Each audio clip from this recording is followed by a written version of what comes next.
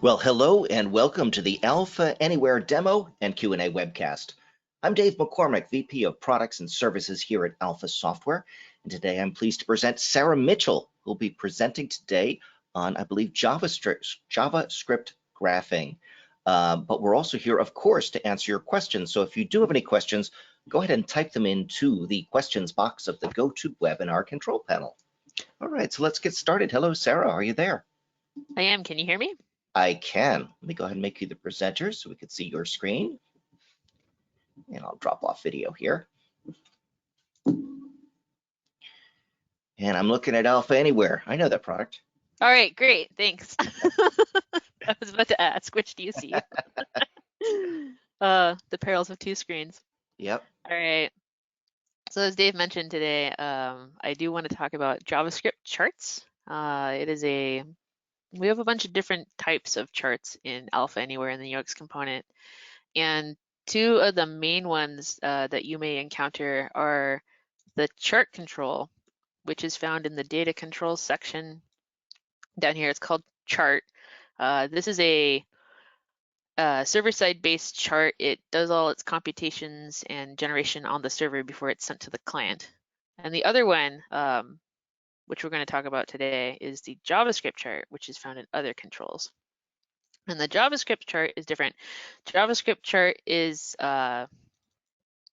it's built on the client. So all the graphics that are generated for this chart are determined on the user's device. It's not downloaded from the server, which makes it a really great choice for offline applications, or if you want to have a chart control that you can dynamically update without having to make callbacks to the server to refresh your component.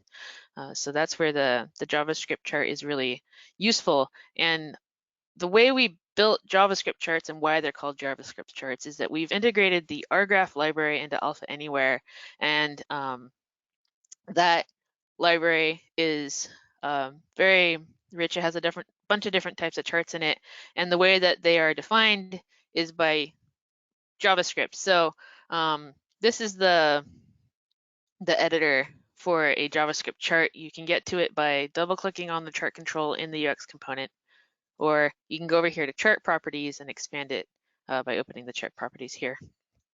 And what you'll be presented with is a screen. The top half is a JavaScript code editor, and the bottom is a preview window. And the best way to get started is to go up here and click on the Select Sample Chart button to select from a bunch of different examples of what is available to you in that library. So JavaScript charts we have bar graphs, grouped bar graphs with positive and negative values are supported. We have the ability to combine a bunch of different chart types into the same view, horizontal bar charts, line charts. They can have animations, different colors, your classic pie, a radar, scatter plots, a basic scatter plot, one with the lines drawn through it, semi-circular control, which you may have seen elsewhere in the product. We have something called the Semi-Circular Number Display control, which is basically this chart, but with a UI built on it, so you don't have to write any JavaScript to make it do what you want. And then some waterfalls examples.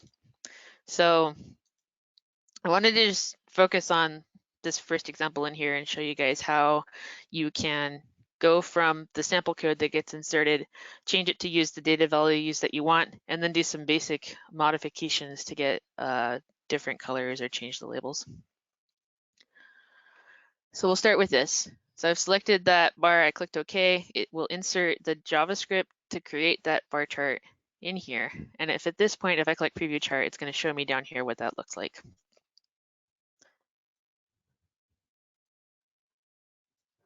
So I'm going to pause briefly to see if I've lost anyone so far. So far, so good. Yep. All right, great. So I'm going to make this a little bit taller. See if I can capture most of what's in here. So down here in the preview, it's showing you what all these settings up here in this box right here. It's called options. The display of what is shown is all defined by these options. in addition to this data, which is the values of these bars. So you see 8, 5, 9, 3, 5, 2, 4. We have 8, 5, 9, 3, 5, 2, 4 down here. This chart here is interactive, so if you were to click on something, it's going to show you this tooltip. This is called a tooltip.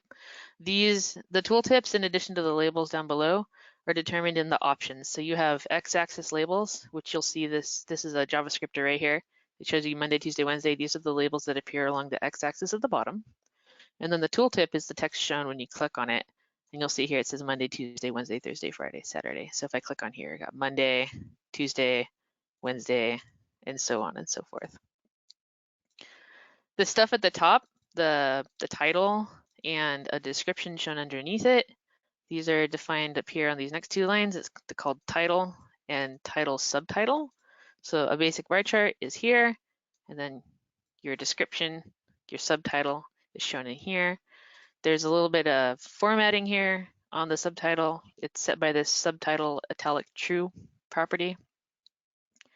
The bar colors are determined from colors, which is there's only one value here, but if you were to create a grouped bar chart, you may have multiple color values specified by this property. And then there's a few other styling things here. There's shadows. I don't know if you can see through the webcast, but there is a shadow behind each one of these bars. There's an opacity value that determines how see-through, transparent it is. Attribution, I'm not actually sure what that property is. And then there's a text angle and a gutter bottom property. So text angle is the angle of these x-axis labels. If you were to go in here and change that to something like 90 and then preview your chart, it's going to be straight up and down. And then the gutter bottom is actually, it's the space between the x-axis line and the bottom of the chart. And the best way to display that is if I make this 10, you'll notice that all those labels got cut off because they're down in the gutter and you can't see them. So 70 is about enough space to see those labels here. Similarly up here we have gutter top, which is the space above the chart that contains the title and your subtitle.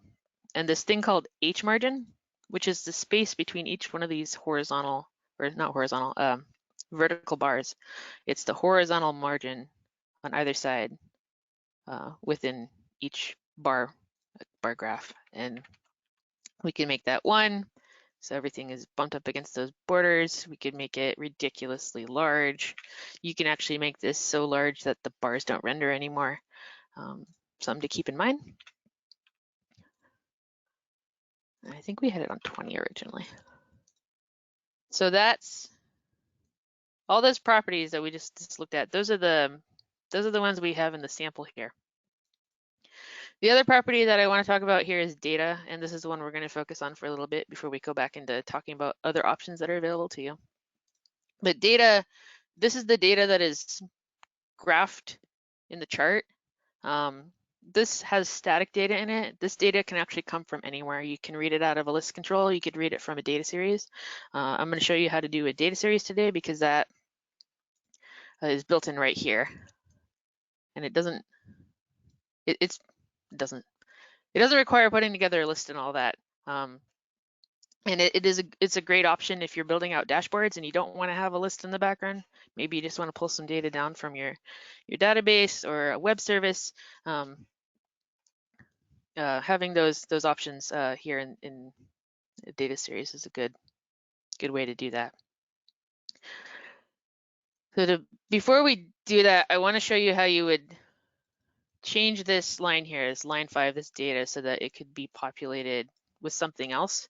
And strongly recommend that the first thing you do is to make a variable, a JavaScript variable that contains the data you want to display. So I'm going to come up here inside the settings function, which is what this whole function is what gets passed into the RGraph SVG library to draw your graph. So you want to keep all of your modifications in here. I'm going to add a new line after this var settings equals function. This is how you can define a function in JavaScript. You can also define it as function settings like that. Both methods are valid. This method you will see a lot in JavaScript online because it explains better what you're actually doing, because functions in JavaScript are basically variables, and the variables can be changed to anything, which is cool and frustrating at times. So I'm going to make a new variable. I'm going to call it data series. I'm going to set it equal to this data right here. I'm going to cut that out, move it up here, add a semicolon and a new line so we can see that clearly. And then back in here in the properties, I'm going to say data colon data series. And I'm going to preview just to make sure I didn't break anything. So that is still rendering my chart, so I know this is correct. So now let's look at using some data from the Northwinds database instead of this data series to plot some information.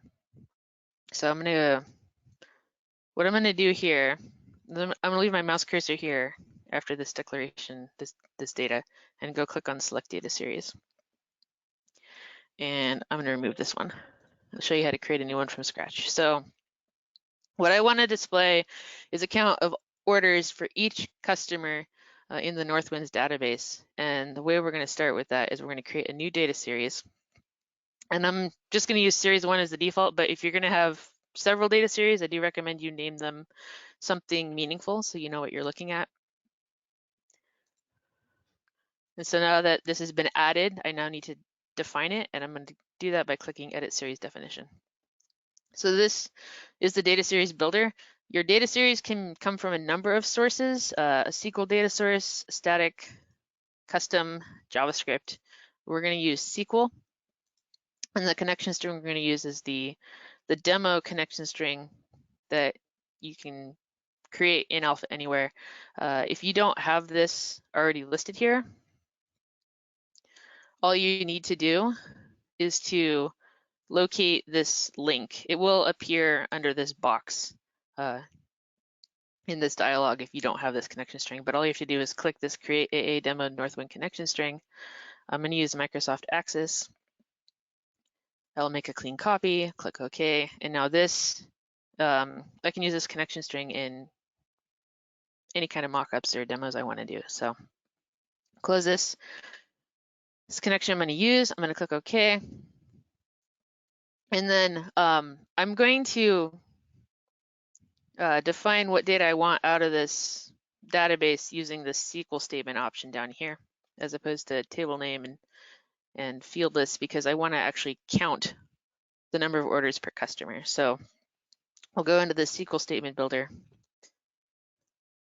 and we'll start by adding a table, and we're going to add the orders table, because this orders table, if we execute the query now, it's got the order date and the customer who ordered the item for every single customer. It's got every single order in here. I don't want all this information. I actually just want to count the number of orders for each customer. So I'm going to go over to columns. And here, what I'm going to do is I'm going to remove this star. I don't want everything. I'm going to say insert expression. And I want to do a count of all the orders for a customer. So what I'm going to do is I'm going to come down here. And if you scroll through this list, you'll find count. I'll insert that function. And I'm going to replace this expression as n. And I'm going to just insert order ID and test it. And so this is correct right now. It's counted every single order ID in the system. There's 830 of them. If I were to save everything now, my data series would have exactly one entry. It would be this count, and it would be 830. So I'm going to click OK. I like this. This is the expression I want. I'm going to rename the alias so I can so I know what I'm looking at when I go to select the data series. I also want a few more bits of information. I want to know the customer, and I also want to know the company name, which isn't available in orders. It's actually stored in the customer's database. So I'm going to go back over the tables, add a table here, pick customers. I'm going to join it on customer ID. I like to come down here to inner join and pick this first option for outer join, which is include all orders and only those records from customers where their joined fields are equal. It's an outer left join. And that's just going to guarantee that I have all the orders, even if there was no customer ID associated with that order record. Finish that. And then I'm going to go back over to columns. Now that I have customers, I can actually go in here. I can pick customers and say, I want the company name included in this data as well. So if I execute this now, I get a connection error. Let's go back. Oh, that's hilarious. Oh, Dave, this is not supposed to happen. Oh, well. Oh, Grab well. your SQL statement, put that in a clipboard. Let me show you how you get out of this. Exactly. Copy. Should this crash? Notepad. Paste that over there. I'm going to click OK just to see if it'll save it. This is becoming a Dion demo all of a sudden. It is a Dion demo suddenly. Is he on your here? feet, Sarah. I like that. Okay. That's weird. Could not connect. That is interesting. I'm wondering, I don't know where it's doing that. You want to just leave customers out of it for now? I mean, company name out of it for now.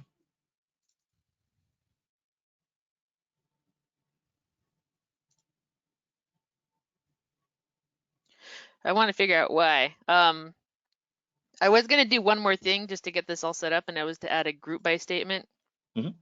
And to group by the customer ID. I don't want all this other stuff. And I see that it lost my count here. So I'm actually going to come back over here, copy Notepad, paste that right above. Cool. And have a million errors.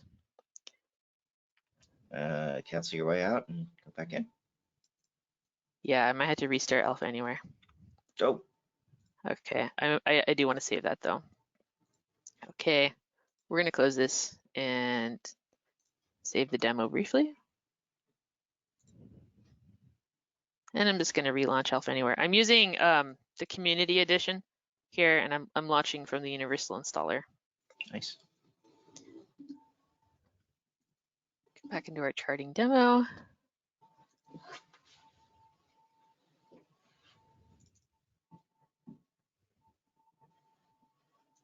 We were working with the basic chart, and we had just created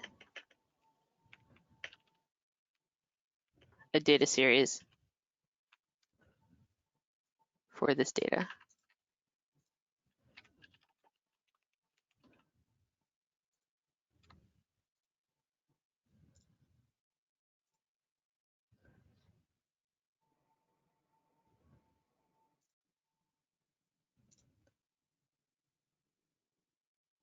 Well, I am at a loss. Well, it seemed like you got pretty far until you added company names. So maybe something is just getting delete and start again and just don't add company name. That's my idea. Maybe, yeah. Let's simplify it. Let's just show.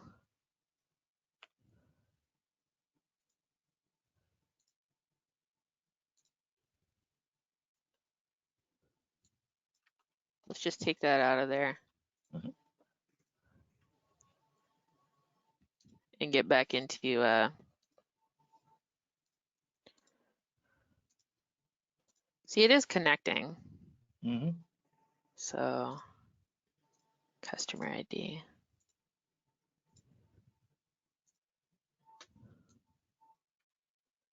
And I see there might be a question. Does anybody have a?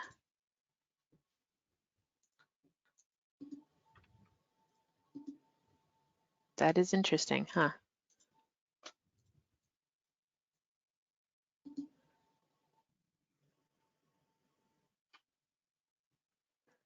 It's not because you deleted the database and then reconnected, is it? I don't think so. So No, connections because if just that go was the there. case, it wouldn't list the customer Yeah, ID that's a stuff great right point. here, Yeah, right? that has to connect there. So, Yep. Yep, you're right.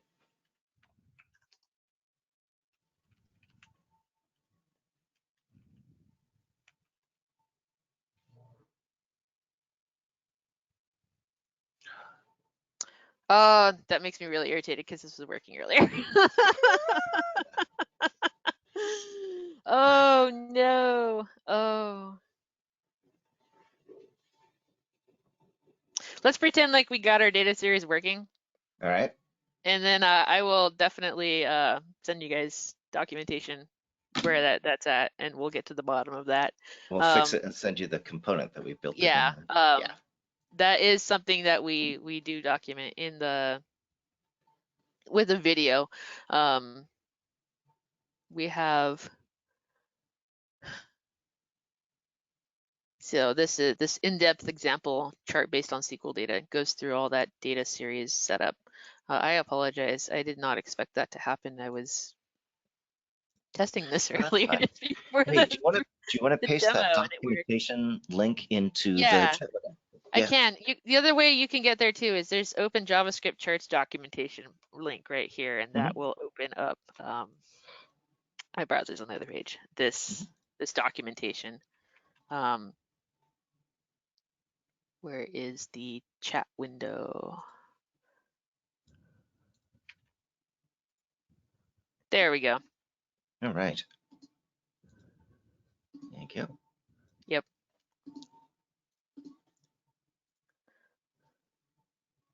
So okay, we'll just stick with this for now. But I did want to talk about like what other things can you do, and how do you size your charts? So I'm gonna click OK and save this, and we'll get rid of this guy. And what we've got here is a panel card, and this chart is in it. And if you notice over here, it's got a width and a height. It's 5 inches tall, it's 3 inches wide. If we go into live preview right now, oh, excuse me, then we'll see a chart here that's about 3 inches tall and 5 inches wide. If you want to make this bigger, this is where you need to change it. So you could do something like with 100% and then tell it it's like 6 inches tall, and that will make it, the chart will grow to fill that space.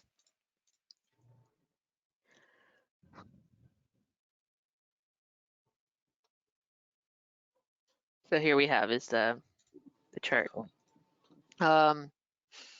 There are other settings that you can specify and change for charts, and the majority of them are all documented on the RGraph.net website.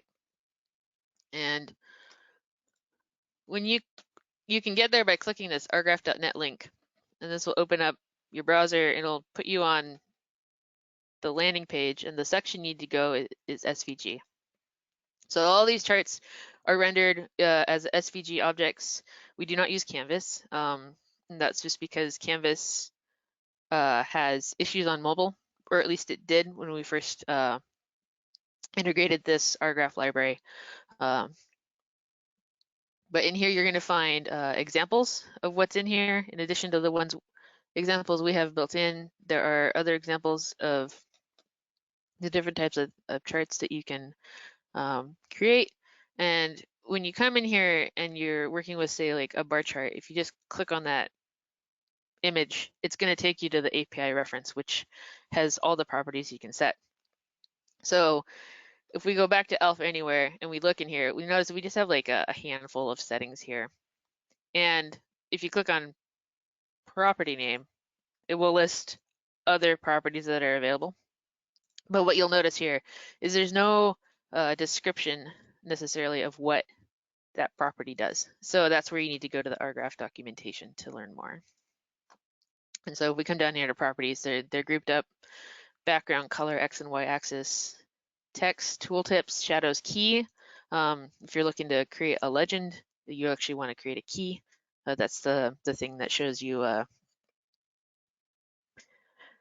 mapping of what something on the chart, Like what such as each a color color, stands or, for and yeah, stuff. Yeah. a color or an icon or whatever, and what that maps to in your graph and title properties. So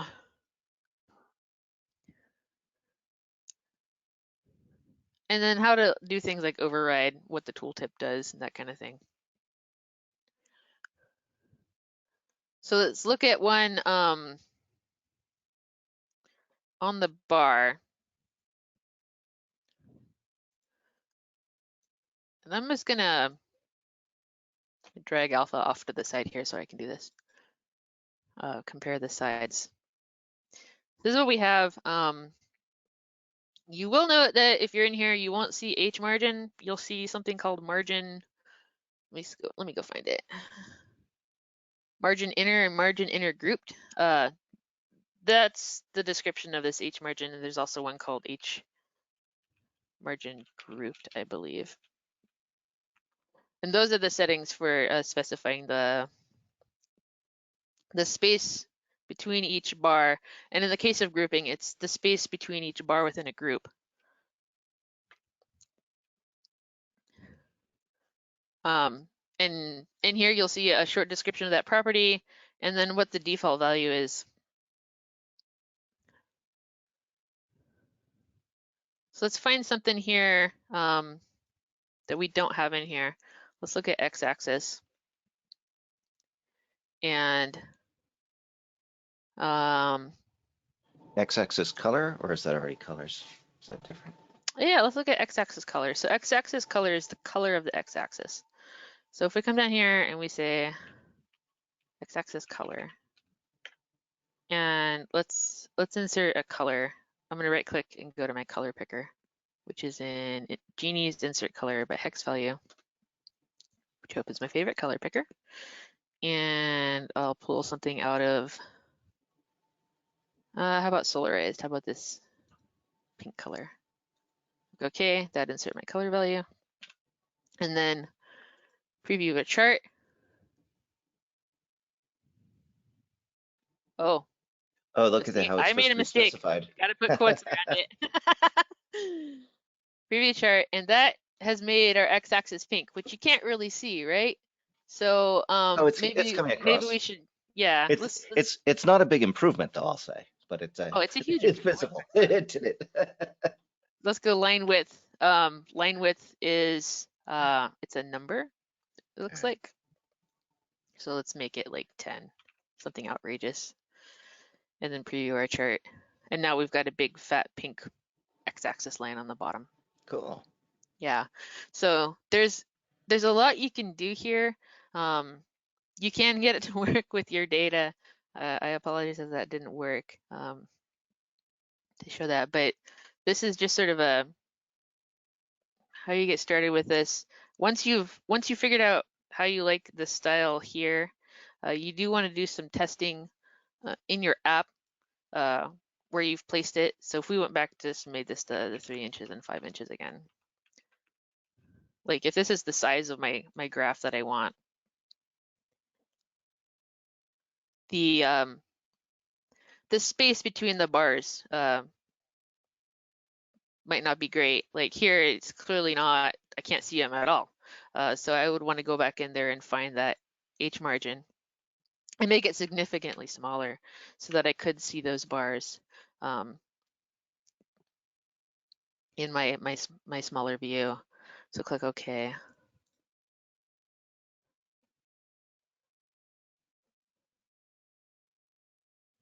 So now I can see those bars.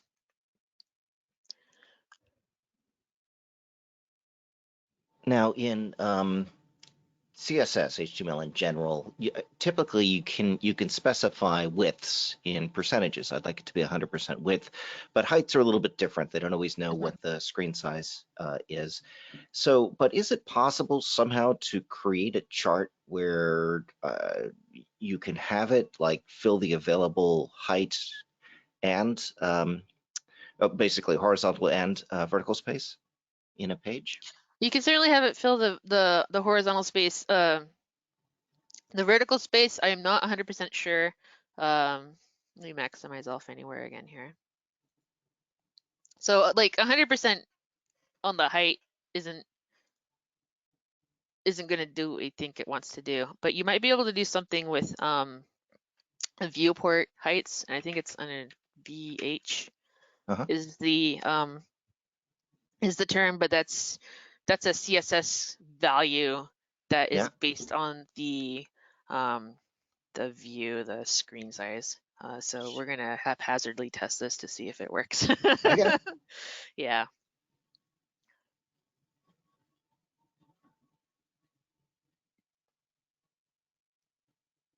So that works. There's a little bit of a scroll here because Alpha Anywhere is trying to be smart about this sizing, but that could also be caused by some CSS that says also make this larger with margins. But yeah, so you can use the VH property to get that, and that's going to work in web and mobile. Excellent. And there's similarly there's a VW as well. And let's just turn on the mobile live preview and see what that looks like. It might actually size it to the entire window, but we'll see. Oh yeah, that's a good point. Yeah, the perils of a emulator. Yeah, that's what happens. Size it to the entire window. Yeah. Yeah. Yeah. So we'll turn that on off. a real phone though, it may turn out right. Yeah, no, on a mobile device where the screen size is actually the screen. It's not just a picture of a phone, right? It's yeah. Oh yeah, great. Yeah, so that's going to take 100% in both directions. Will that work with panels? No, because that's going to use the viewport, not the panel card size. Excellent. Okay, so I've got a couple more questions. If we go over those. One is, are there any like click events that are available for these charts? There are. One that I could imagine thinking of would be like, click on it, and then show me the records that went into that. But but whatever, maybe it just opens up another page, or who knows. There are click events. That the tooltip is you clicked on that, something happened, right? And the way I vaguely understand this, because I haven't dug into it too deep for you guys yet, but if we go in here and find tooltips, there is this tooltips override thing, which is a function. So maybe what we could try doing is just copying that, going back to Alpha Anywhere, adding that after tooltips here, comma, and just to space this out a bit, let's just add an alert and hope it works. Click preview. There we go. So that's the way you could add in that sort of clickable stuff, is using the tooltip override, which is customizing the event that happens there.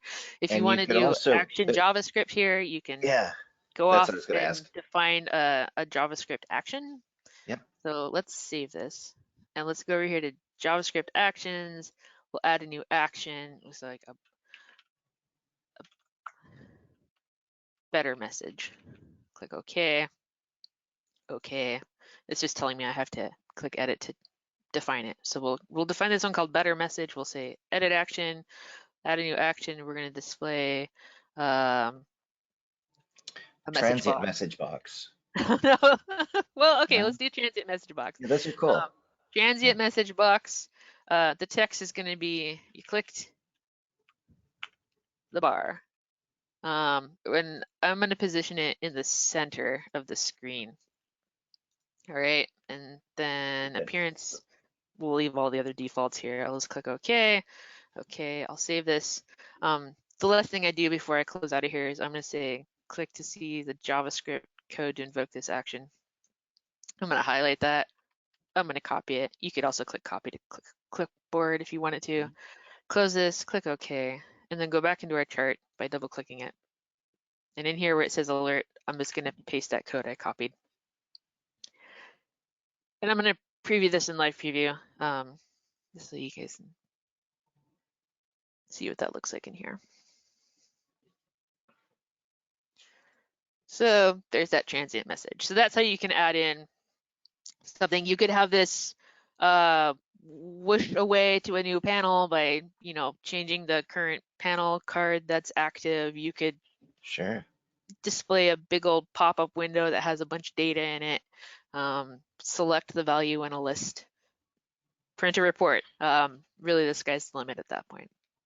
So now the big question is, can your JavaScript function know what segment you clicked on? Know that you clicked on Yes. Tuesday? Yeah, Oh, so okay. that is I didn't point that out, but this Uh-huh. function does take two parameters. It's obj and opt. I don't know what's in them. I'd have to go Okay. back and Well, you'd have to go go and look, back. but the answer is Yeah, you could do it. that So description yeah, is here. What's in there. Um, fantastic. and then from there you can, you know, figure it out from there. You probably would want to leverage this text object. Yeah. I don't know if it's pre-populated with the value of the tooltip, but if you'd set like customer IDs in the tooltips, text might contain that ID, and then you can move forward from there. Great. Excellent. Okay. So back when you were setting up the connection string for Northwinds, you were given a choice, and this is a relatively new choice, between Yep. creating a SQLite database and a Access database. Can you speak a little bit about the pros and cons of each one? And I understand SQLite is a newer one for us anyway. Yeah. Yeah, and I'm going to talk about that, and I'm just going to put a caveat in here that just there's a new release coming. All It right. might not be next week, but soon. But we added the option to create that sample Northwinds database as a Uh-huh. SQLite database because we've been running into issues where Office 365 users, something gets installed and then The drive isn't it the the database drivers that driver? we use to Yeah. connect to Yeah. that database are like, oh, I can't find it. And it has something to do with like a 64-bit versus 32-bit applications. Alpha Anywhere is 32-bit. Office 365 might install the 64-bit drivers, and then there's problems because something is missing that we were looking for. So, but that's why we have that option. Moving forward, the preferred data type or database system we're going to use to make that database will be SQLite. Hmm. And that's lightweight. It runs everywhere. You don't have to really install anything other than Alpha Anywhere to get that to work. But that's not new. That's already in the product. You were hinting Yeah, at that's something already in the that's product. We can build connection strings against yeah. SQLite. We Yeah. actually have under SQL, we have a create SQLite database. You can come in Hmm. here, make a new database. You can define Yeah. all the tables, the columns, excuse me, the database name, where you save it. Tables can be imported from other database systems or an Excel spreadsheet, or just be brand new tables that don't contain any data. And that can all be done here. Great. But SQLite really should just be for, I mean, I can't imagine using it for production for anything, especially not for web apps. I mean, we do use it in production and sometimes in mobile apps because you can store it on the device and use it that way. But I mean, you'd want to use a real database for most things, right? Like a SQL Server, MariaDB, something like that. Yeah, especially if, oh, pardon me, I just noticed there's a spelling error in this dialog. Um, yeah, if you're publishing to Alpha Cloud, SQLite isn't really going to be an option for you. Right. That the database does need to be hosted on another platform like Amazon, what is it called, MariaDB services thing, or your own server, something, Mhm. because that you can publish it up there, but what Alpha Cloud is not going to do is it's not going to know that you changed your database and then remember to save a copy of that before it destroys your EC server instance and spins up a new one for someone else. Mm-hmm. Yep. That makes sense. Okay, you had mentioned earlier that there is a semicircular chart control. I That's did. another UX type of control. But that one had like a Genie or an interface around it. Could you show us that one? I can. I Excellent. believe the semicircular control is one of our more controls. So you go into data controls and go down to more, or if you're using add control, you type in more. And in here, you're going to find this semi-circle number display. Semi-circle number display. Yep. Yep. And then you click OK. It's going to ask you to name the control. I'm just going to go back to create a single control here. Click OK. It's added it for me. If I open this up, it's got just standard properties that you're familiar with for defining other controls to set it up. If we go and look at the default display, can I hide this?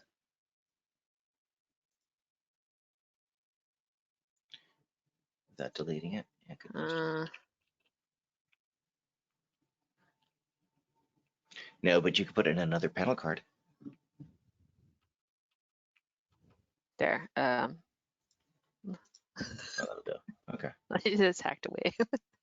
It's Fair gone. All right, so let's see this graph. Okay. So that's the display. It has no value right now, so that's why it's totally gray. But if you came in here and you say that its default value was 67, clicked outside of that to make sure it got saved, it's going to display the value 67 in that control as some progress along the arc. Oh, great. Yeah. Yeah, and everything in here is customizable. You can have a label in the middle that displays the current value. You can hide these start and end things. You can change the colors. The colors can be dynamically defined based on what the current value is. How do you set those in this? It's all in the editor. Oh, okay. The control properties for it. Uh-huh. So color, you'll see it's got the triple dots, the smart thing in here. Which lets you, oh, okay, click OK. Oh, color type, static, dynamic, JavaScript, dynamic. Value ranges, you come in here and you define your sample values 0 to 5, 5 to 7, sure. 7 to 10. Yeah. You know, we can make this easily like 50 to 70, 70 to 100 to match our current data set. And does this work as a regular data control? Can you map it to a field in a database? Yes, For this? it is a data control. Oh, okay. Just like a text box. So it works with all the standard data control methods. You can map it to a field through data binding, or if you've got a list with the detail view, you can map it to a field there, and it will display the value as a semicircle number display. Very cool. Someone asked, is there an easy way to export our DBF tables, I'm still using them, into the new SQLite feature? And yes. I would, yes, all right. I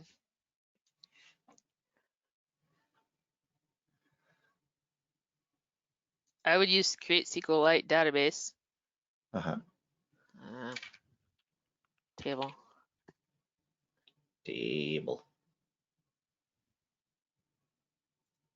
I think this is it.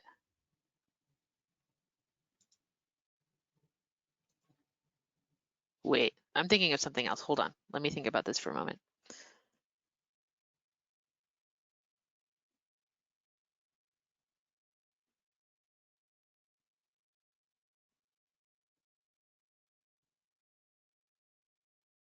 We have a tool, and I love it. It's I'm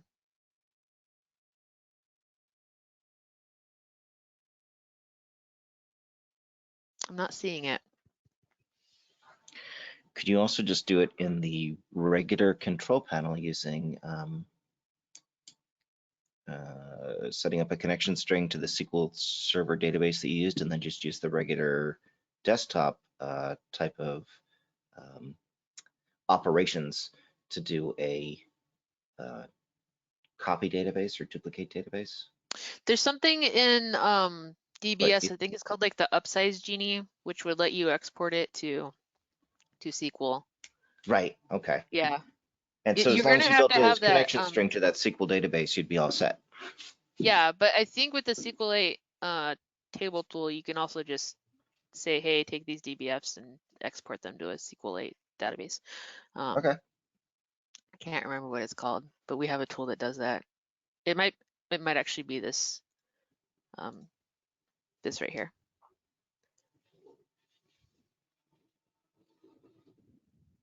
But we have another tool, and it might What's not be the important version I'm running. for? Is that for the, what does that do? It just exports your settings. Oh, just the settings? Okay. I Does it believe look so, like yeah. there's a load and save settings? Oh, yeah, but then you can also, Oh, here we go. Generate import definition from a connection string.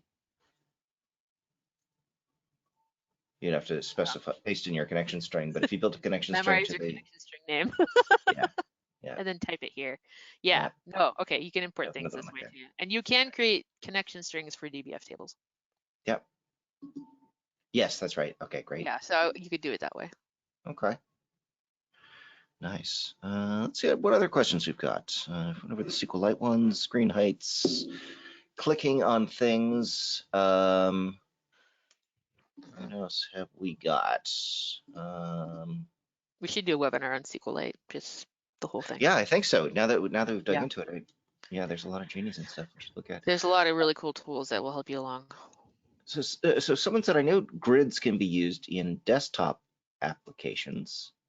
Can UXs be used in desktop applications as well? It's one of the first questions we got today. Yes. The answer is yes. Yes. You insert them the same 100%. way. Okay, great. Next up.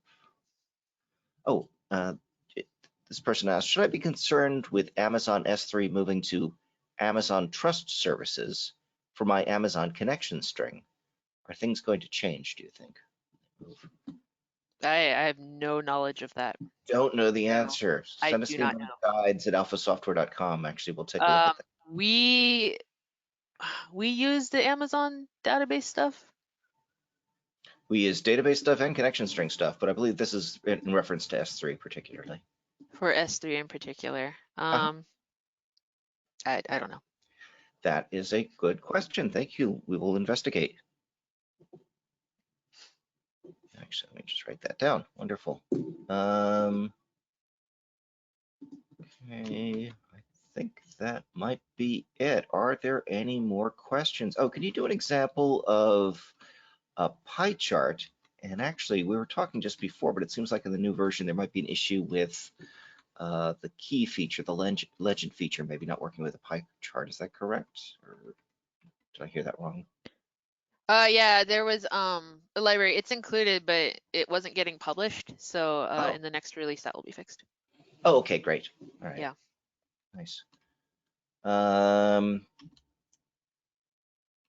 think that looks like it for questions.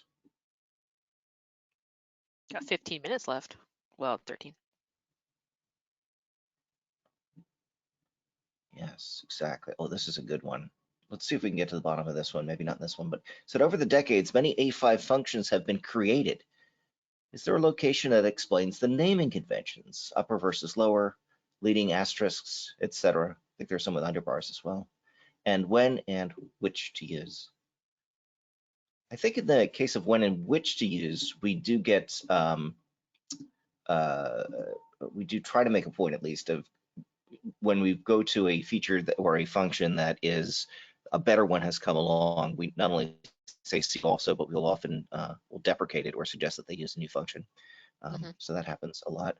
But no, we haven't actually written up anything, I think, on what the conventions are there. That'd be interesting to look at. So we will. I know what some of the conventions mean, but it's only important to the developers of Alpha Anywhere. It's not important to you as the end user. Maybe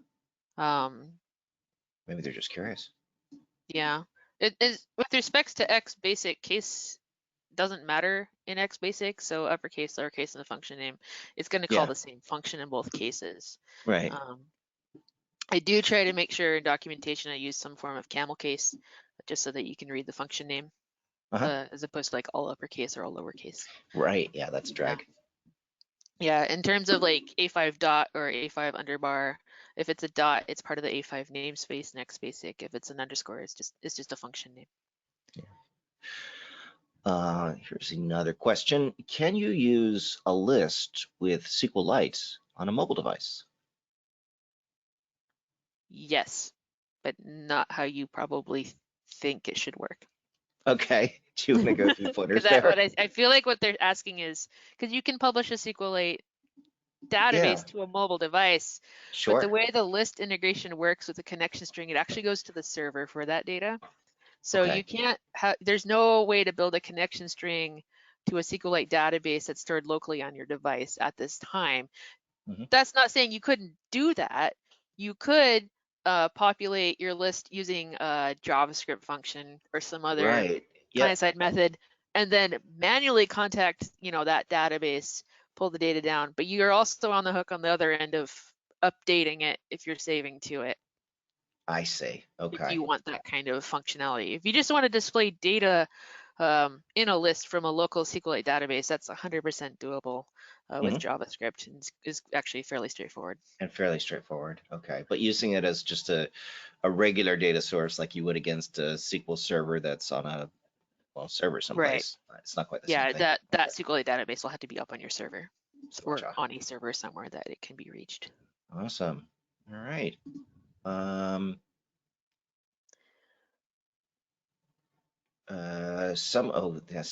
This person's just asking you to get in trouble, but we'll do it.